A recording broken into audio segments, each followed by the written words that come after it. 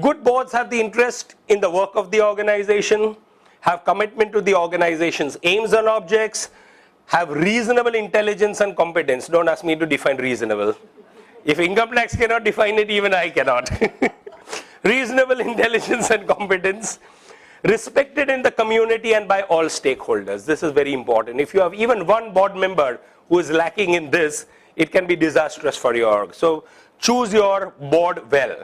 Must be some people who are respected in the community and by all stakeholders. Even if there is one board member who is of questionable integrity, the entire organization can suffer on all fronts. Have capacity for growth. The board must have that. Sensitive to change and new issues affecting the community, ability to work in concert with others, to stand up to one's conviction and treat staff as a partner. These are all desirable qualities in a board. Respect the right of other board members and staff to differ or disagree. Dissent if necessary, but accept with grace the majority decision or step down. By and large, this is how it should be. I mean, unless it is a matter concerning your core principles. Effectively mobilize and properly channelize resources. Yet again, a good board does that. This is an important concept that you all need to imbibe, that the role of the board is to govern and not to manage. So governance is more about the macro level and management is more about the day-to-day affairs.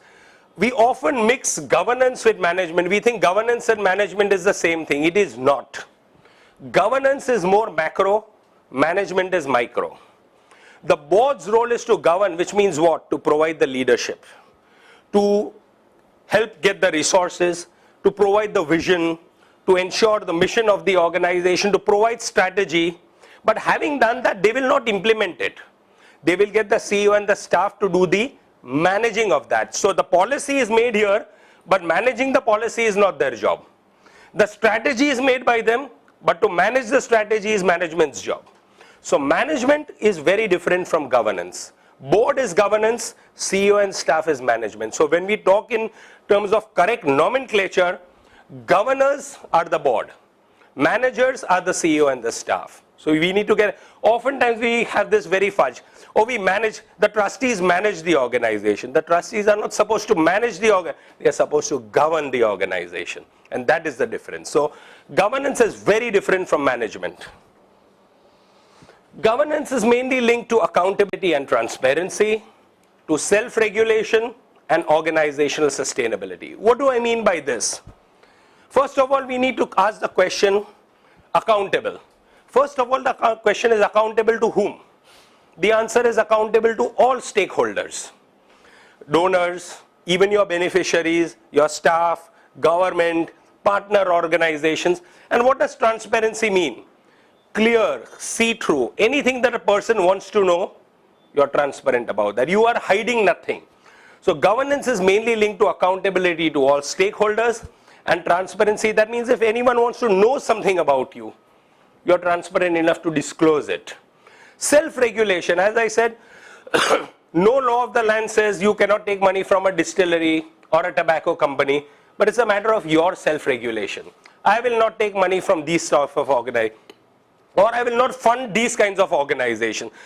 Organizations that do not meet environmental standards, I will not fund as a funding organization. Maybe that is part of your self-regulation. Organizational sustainability, building corpus, all those kinds of things. This is all related to governance.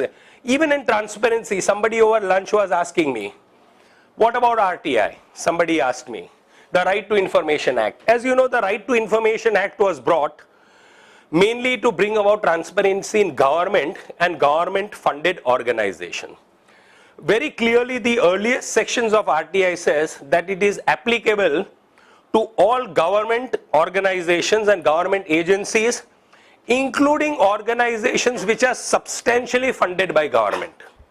So if you are a trust society or a Section 25 company which is substantially funded by government, RTI is mandatory on you. Then you need to have an information officer in place, and anyone asking for information, you have to provide it. If you are not substantially funded by government, RTI does not apply to you. The question will be asked, what is substantially funded? The last issue of philanthropy has covered it. There's a court judgment which says any organization receiving over a crore from the government is substantially funded. If you have received over a crore from the government, RTI will apply to you, otherwise it does not apply to you.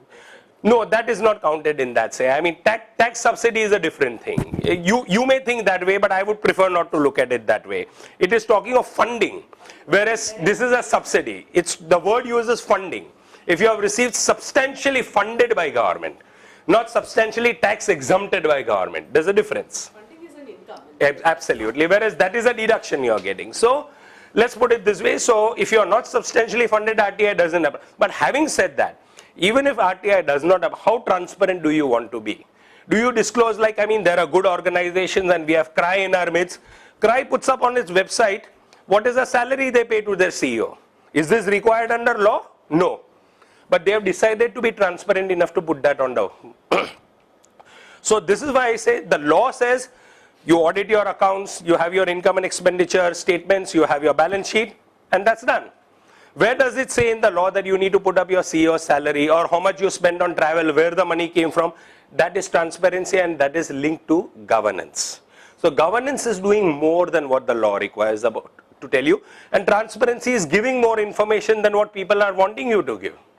That we have to hide nothing. Yes, this is the salary we pay to our CEO. This is the salary we pay to our staff. We have nothing to hide. It's up there in the public domain. That's transparency.